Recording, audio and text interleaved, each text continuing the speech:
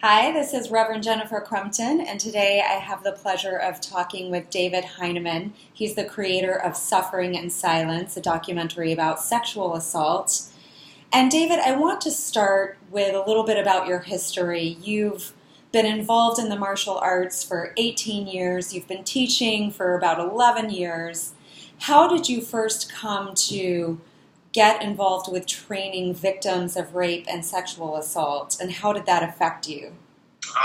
When I first reached my black belt level in Taekwondo, our school was a little bit different than some of the traditional Taekwondo schools. We were never a sport school. We were always a street-oriented self-defense school. A lot of the instructors that I worked with were local police officers. Some were former and current military.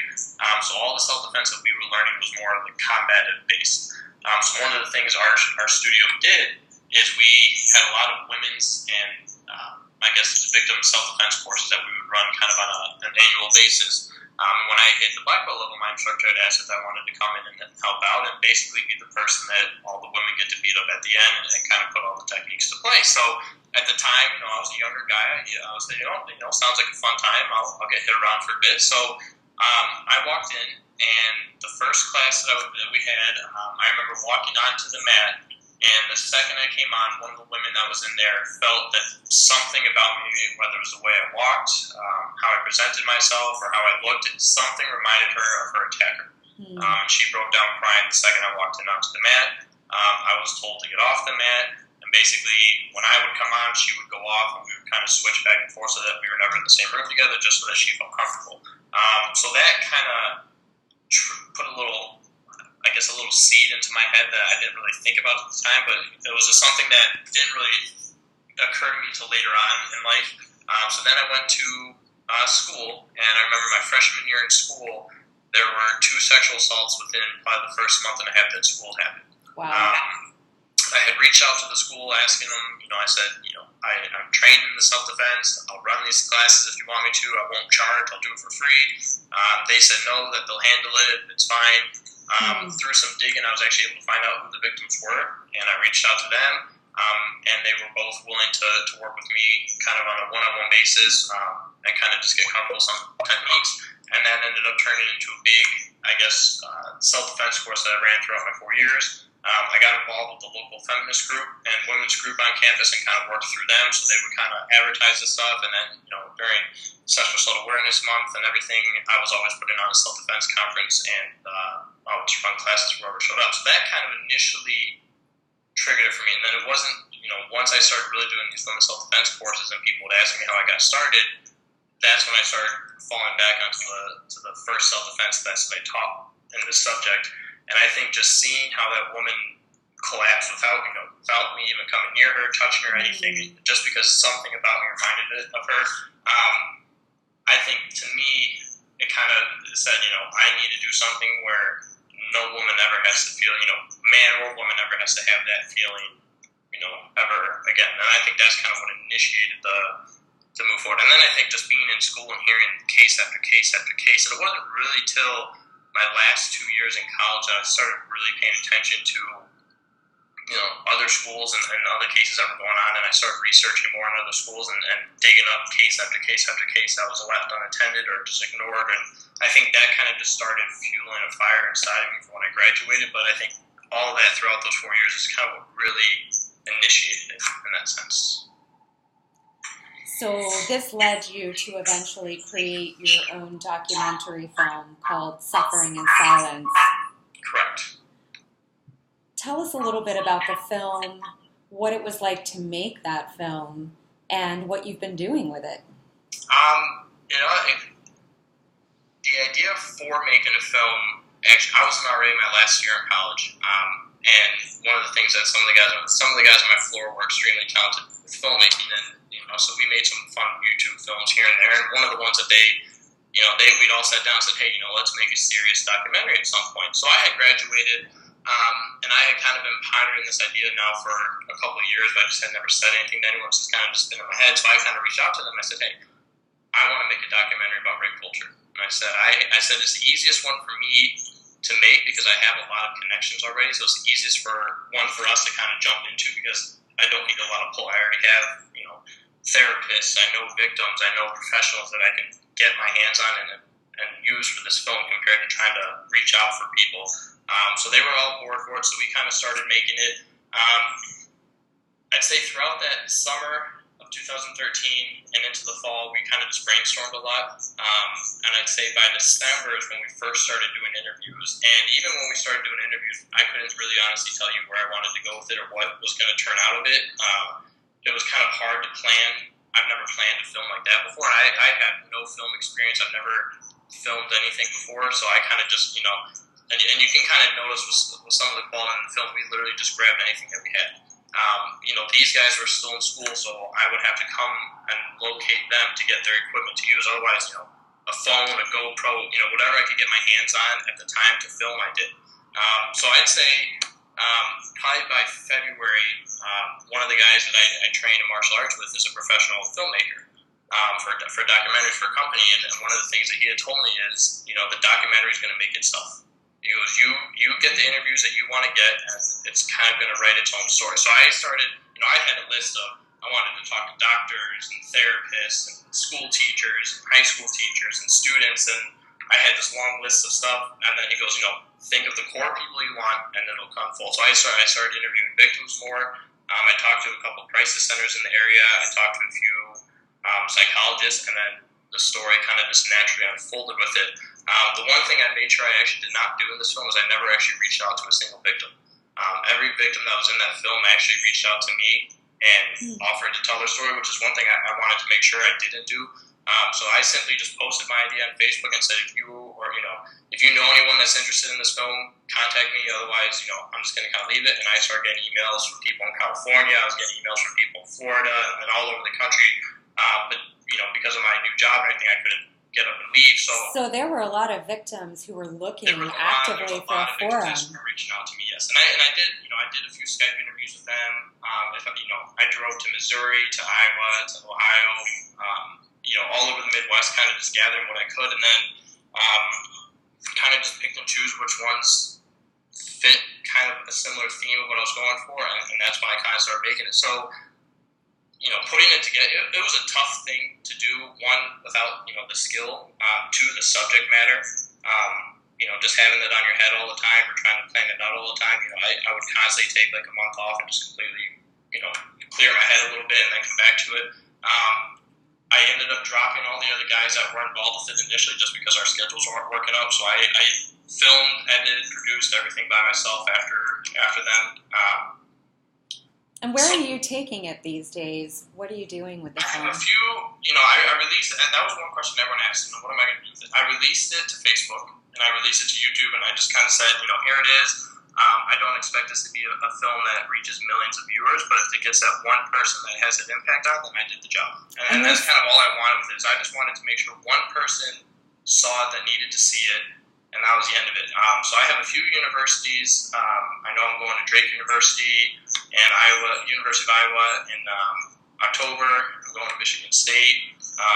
I know Florida's contacting me a couple times, asking me to come back down to Florida. So it's a few places, but every little bit helps. One of the issues I had when I was finishing up is, how am I going to get the word out? Because this isn't a topic that people want to watch. Right. And it's a long video, so it's not something that everyone's going to want to sit down and watch it. So that's actually how I came up with the idea to do the college tours at the same time. And I said, I have all these stories that I'm not using in the film. I can use them in a presentation. So I kind of started presenting to different Greek life houses. And the Facebook page for the film blew up after that. People were asking to see it, and I think that's kind of how the school started hearing about it a little bit more. So I think I kind of did those hand in hand.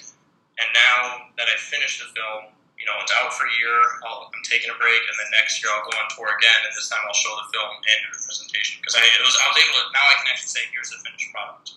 And what was the response at different fraternities and sororities? Because, there's a lot of talk about that dynamic and parties and alcohol and the Greek system. It was not a response that I think a lot of people expected. I think out of every house I went to, the most common thing is that's not what we were expecting in a good way.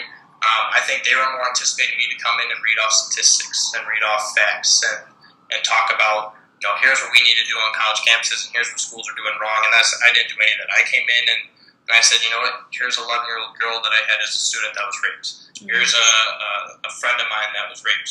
Here's a girl that I talked to in the film that was raped. And I literally would just sit there and tell them their stories. And then you would just kind of see, you see people in the audience start holding their stomachs. I had a lot of people walk out in tears, either because it happened to them or someone they knew.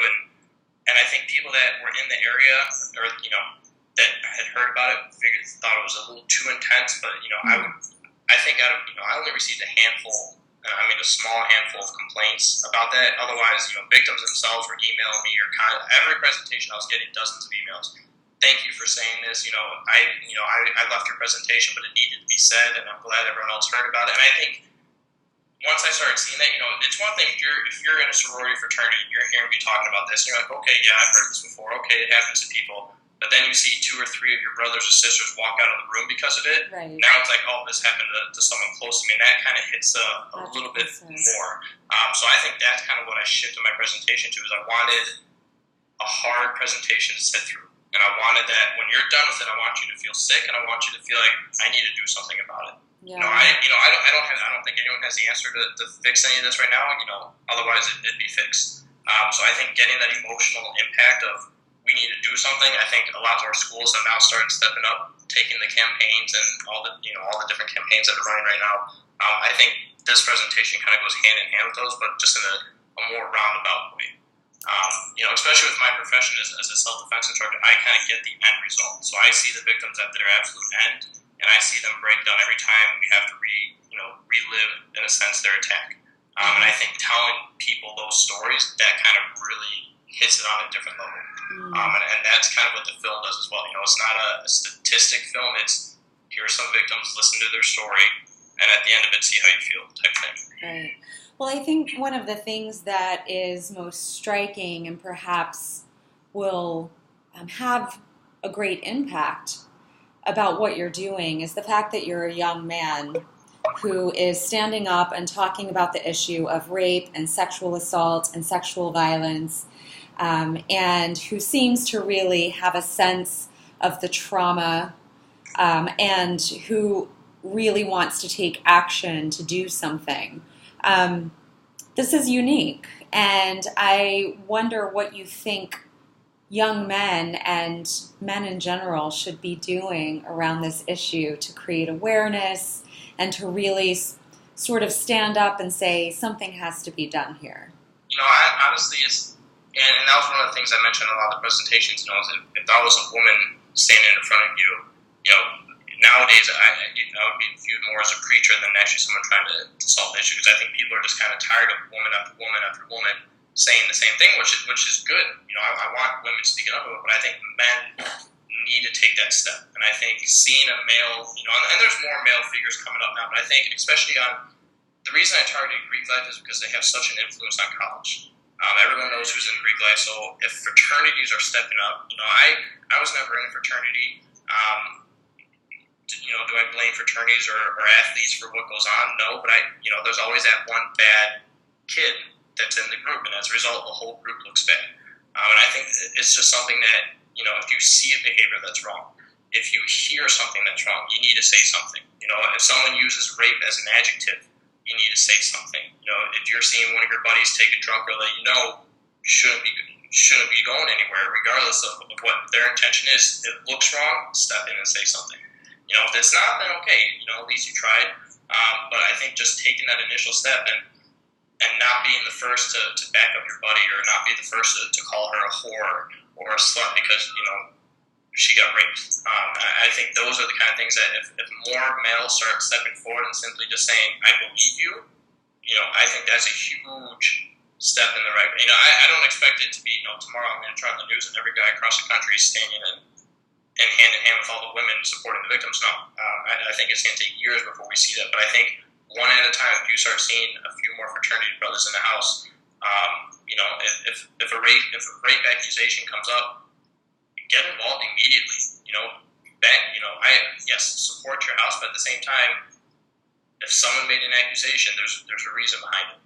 You can't just say, it's the same thing with celebrities. If a celebrity gets bashed, a lot of people think, oh, well, they just want money. Well, regardless of what they want, an accusation was made, you still have to look into it. And I think that's the kind of the big thing that a lot of people miss. Yeah. David, why do you think that so many young men want to ignore the problem or even get angry?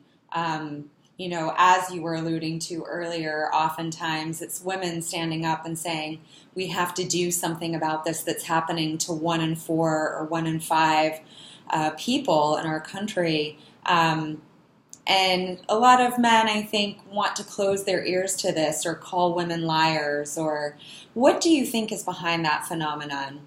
I don't know if it's just I hear the conversations that go on. I hear the comments that are made. I think a lot of it is just the hookup culture that we're in, and a lot of people just don't view it. I think the issue is a lot of people just don't understand what rape is. When I would start, like in high schools, when I would present to high schools and I would start talking about, how many of you have been in this situation before? You have everyone raise their hand. I said, okay, by definition, that's rape. And you kind of see all of them kind of sit back and realize, like, there's a thin line. I said the issue that, the reason why it's not presented all the time is because of legal issues and the hearsay and, all millions of other reasons that come into play. But I just think men don't want to think that, I didn't do anything wrong. Or, they don't understand the rules of consent of, she slept with me last week, why isn't she going to sleep with me this week? It's just kind of anticipate, you're back and drunk again, let's go back upstairs. What's wrong? You did this many times before. I think colleges is a time for experimenting. So, I know a lot of people are kind of experimenting with their sexuality and everything, but that still doesn't say, maybe because she kissed you for a little bit, that doesn't mean, okay, we're going to have sex tonight. Right. I think men need to understand, whether they say they do or don't, I think they really need to understand what the meaning of consent is. And, it's one of those that when I've had men in presentations and I look at them directly and I tell them the stories of the little girls that I've worked with or the college students I've worked with, and they hear what they had to go through, you can kind of see it start clicking in the head. And I just don't think that they're exposed to it as much, because I think the thing that we can do is start shifting some of the ads and the campaigns towards males. And I think we need to start targeting, when I've had males in presentations, I tear them apart. I'm a male, I know the mindset, I know the same thoughts that you have, but we have to know, when's the time to have those thoughts, when's the time to think or say this. And I think men just kind of need that better understanding. I think they just get tired of women after women after women just saying the same thing over and over again. But if you start seeing more and more males step up, I think a male's kind of got to listen a little bit more. So I think one thing that we can do is start having more males come forward, and I think that'll kind of start turning the men's mindset a little bit, and then we can start kind of. I think right now we just kind of need to break through their shield. Right. Is honestly what I just think. And I know with the upcoming tour, I'm going to hit fraternities just as hard as I did sororities this time around. And my goal is just to kind of get through that shield a little bit, not necessarily change their mindset, but just make them a little bit more aware of what's exactly going on. But it's a tough. I wish I knew the answer. I have tons of solutions in my head, but it only works for so many people. And then you hear cases, and then it just gets worse and worse. Acting on those solutions is definitely the first step, and I just want to thank you for your work. It's unfortunate the dynamics that men don't want to listen to women, or those dynamics have been in our country for hundreds of years, and it's guys like you who are really stepping up and starting to make a huge shift in our society by talking about this issue. So, David, I want to say thank you so much, and we'll be keeping up with what you're doing. Thank you very much. I appreciate it.